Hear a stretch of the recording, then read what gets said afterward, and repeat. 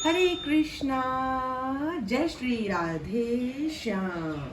तो आज हम बात करते हैं भगवान जगन्नाथ के महाप्रसाद के बारे में।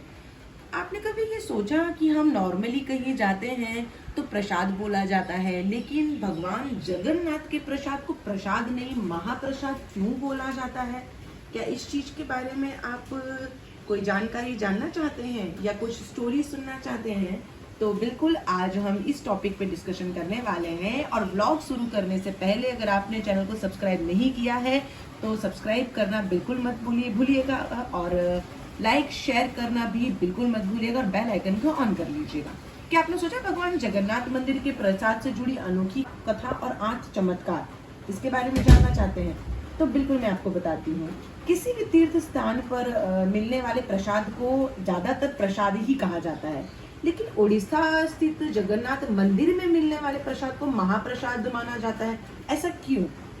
तो बिल्कुल इसके बारे में आपको बताऊंगी, लेकिन हम इससे आगे भी और कुछ चीजों के बारे में आपको जानकारी देती हूँ कि इसे दुनिया का सबसे बड़ा रसोई घर कहा जाता है। और मैं जगन्नाथपुरी धाम जाके आई हूँ और मैंने ये चीजें खुद अपनी आंखों से देखी हैं। 500 रसोइये होते हैं, 300 सहयोगियों के साथ बनाते हैं। 500 रसोइये 300 सहयोगियों के साथ बनाते हैं भगवान जगन्नाथ जी का महाप्रसाद। लाखों भक्त कर सकते हैं यहाँ भोजन। बताया जाता है कि रसोई में जो भी भोग तैयार किया जाता है वो सबसे पहले माँ लक्ष्मी की देखरेख में होता है, क्योंकि इस किचन को सबसे पहले महालक्ष्मी जी ने ही स्टार्ट किया था। उन्होंने ही इसका चूल्हा जलाया था और पहला भोग भी महालक्ष्मी जी ने ही बनाया था। और भगवान को हमेशा 56 भोग का प्रसाद उनको दिया जाता है, मतलब भोग लगता है। भोग के लिए रोजाना 56 तरह के भोग तैयार किए जाते हैं। ये सारे व्यंजन मिट्टी के बर्तनों में तैयार किए जाते हैं और अजीब तरह से बनता है ये प्रसाद। अब कैसे बनता है मैं आपको बताती हूँ। माता लक्ष्मी ने जब ये चूल्हा जलाया था तो मंदिर की रसोई में प्रसाद पकाने के लिए 7 बर्तन एक दूसरे पर रखे जाते हैं और सब कुछ लकड़ी पर ही पकाया जाता है। इस प्रक्रिया में शीर्ष बर्तन में सामग्री पहले पकती है, यानी कि जो माता जी ने ये जलाया था किचन में, तो मिट्टी के बर्तन में ही भोग बनाया जाता है। और सबसे बड़ी चौंकाने वाली बात है कि जो सबसे ऊपर वाला जो बर्तन है 7वें नंबर का, वो बर्तन का जो खाना है मतलब भोग है वो जल्दी पकता है और जो नीचे है वो सबसे लेट पकता है। और ये क्यों ऐसा होता है, ये तो चमत्कार ही है। और उसके बाद नीचे के जो बर्तन है वो एक करके ऊपर वाले बर्तन पे पकते हैं, लेकिन ऊपर वाला सबसे पहले पकता है। ये सबसे बड़ा चमत्कार है। हजारों लोगों के लिए यहाँ प्रसाद बनता है। कहा जाता है कि मंदिर में प्रतिदिन 20,000 लोगों के लिए बनाया जाता है, लेकिन त्योहार वाले दिन 50,000 लोगों के लिए बनाया जाता है। लेकिन कहा जाता है कि यदि किसी दिन लाखों लोग भी आ जाए तो भी वह प्रसाद ग्रहण कर सकते हैं, क्योंकि कभी भी मतलब जो भोग है यानी जो भक्तों को प्रसाद है वो कभी भी कम नहीं पड़ता है। ये एक तरीके का चमत्कार है। भरपूर मात्रा में होती है खाद्य सामग्री। कहते हैं मंदिर के अंदर पकाने के लिए भोजन की मात्रा पूरे वर्ष के लिए रहती है। प्रसाद की एक भी मात्रा कभी भी व्यर्थ नहीं जाती और कभी भी कम नहीं पड़ती है। ये भी एक सोचने वाली बात है। और भगवान जगन्नाथ के प्रसाद में टमाटर का यूज नहीं होता है। यहाँ पे विमला देवी के नाम से माता पार्वती का मंदिर है। महाप्रसाद बनने के बाद पहले भगवान को लगता है, फिर माता पार्वती जी को भोग लगाया जाता है। भगवान की विग्रह के समक्ष बैठकर नहीं करते हैं प्रसाद ग्रहण। इस चीज का भी आपको पता होना चाहिए कि ऐसी मान्यता है कि एक बार माता लक्ष्मी ने भगवान की इच्छा से ही नारद मुनि को यह प्रसाद भगवान की अनुपस्थिति में दे दिया था। तभी से यह परंपरा है कि भगवान के समक्ष भोग ग्रहण नहीं किया जाएगा। महाप्रसाद की कथा, सबसे मेन चीज हम बताते हैं कि इसको महाप्रसाद की कथा के बारे में आपको बताते हैं। यह महाप्रसाद कैसे इस संसार में आया, इस संबंध में चैतन्य मंगल में एक कथा आती है। एक दिन नारद मुनि कैलाश पर्वत पर शिव जी के दर्शन करने पहुंचे और उन्होंने श्री कृष्ण एवं उद्धव जी के बीच का वार्तालाप कर वर्णन उनके समक्ष किया।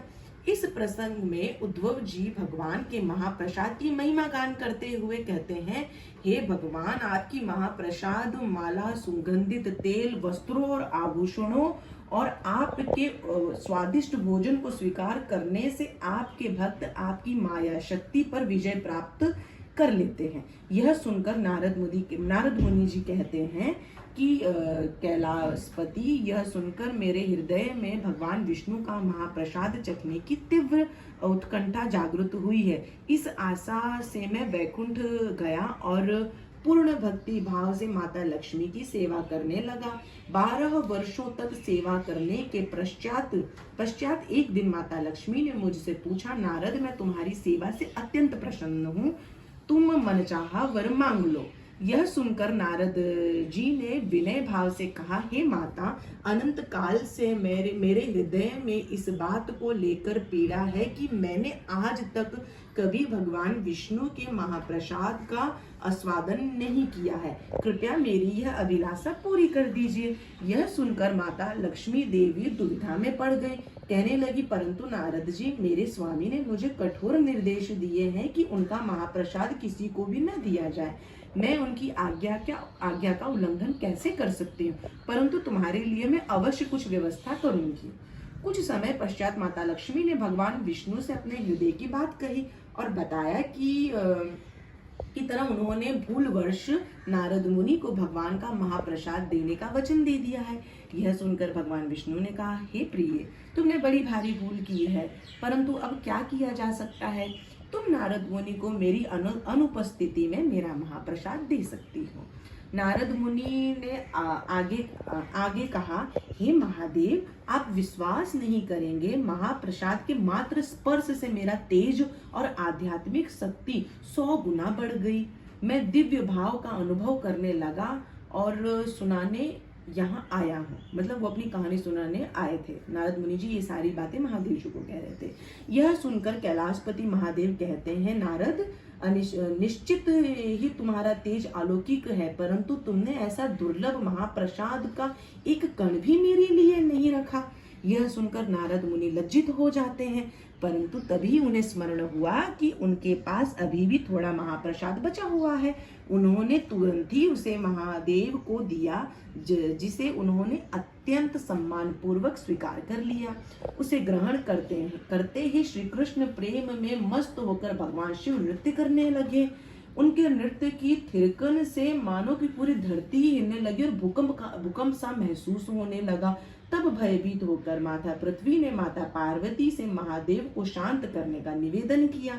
बहु मुश्किल से माता पार्वती ने शिव जी को शांत किया और फिर उनसे इस उन्मत्त नृत्य करने का कारण पूछा, तो शिव जी ने इसका कारण बताया। यह सुनकर माता पार्वती रुष्ट होकर बोली, स्वामी, आपको महाप्रसाद मुझे भी देना चाहिए था।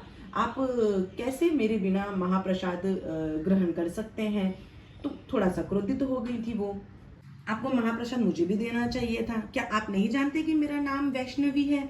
आज मैं प्रतिज्ञा लेती हूँ कि यदि भगवान श्री हरि मुझ पर अपनी करुणा दिखाएंगे तो मैं प्रयास करूंगी कि उनका महाप्रसाद ब्रह्मांड के प्रत्येक व्यक्ति, देवता और यहाँ तक कि सभी प्राणियों को भी प्राप्त होगा।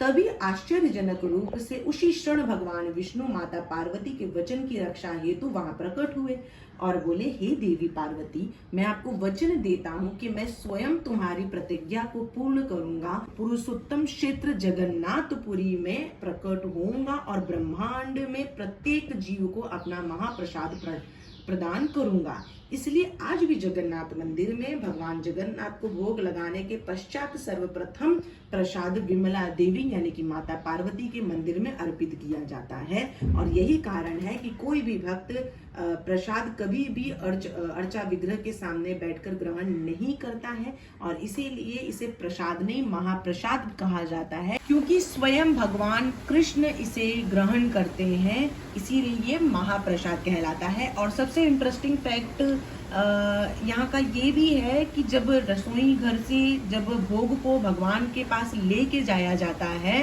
तो नीचे सुरंग बनी हुई है, मतलब गुफा तरीके का है। उस गुफा के अंदर से भगवान के प्रसाद को ढक के लेके जाया जाता है, क्योंकि अगर सूर्य भगवान की रोशनी भी पड़ जाएगी तो इसका मतलब हो गया कि सबसे पहले भोग लग गया, सूर्य भगवान को भोग लग जाएगा। इसीलिए हमेशा उनकी रसोई को अंदर की सुरंग से, जहाँ से रोशनी भी नहीं पहुंचती है, वहां से ढक के लेके जाया जाता है। और जो भी पंडा लोग लेके जाते हैं भगवान के लिए प्रसाद, उन्हें कोई छू नहीं सकता। अगर वो प्रसाद लेके आते हैं तो आपको उन्हें जगह देनी पड़ेगी और उन्हें आपको छूना मना है। और पौराणिक मान्यताओं की माने तो पोढ़ा पीठा भगवान जगन्नाथ का पसंदीदा व्यंजन है। इसे चावल के आटे, नारियल, काले चने, गुड़ और इलायची से बनाया जाता है।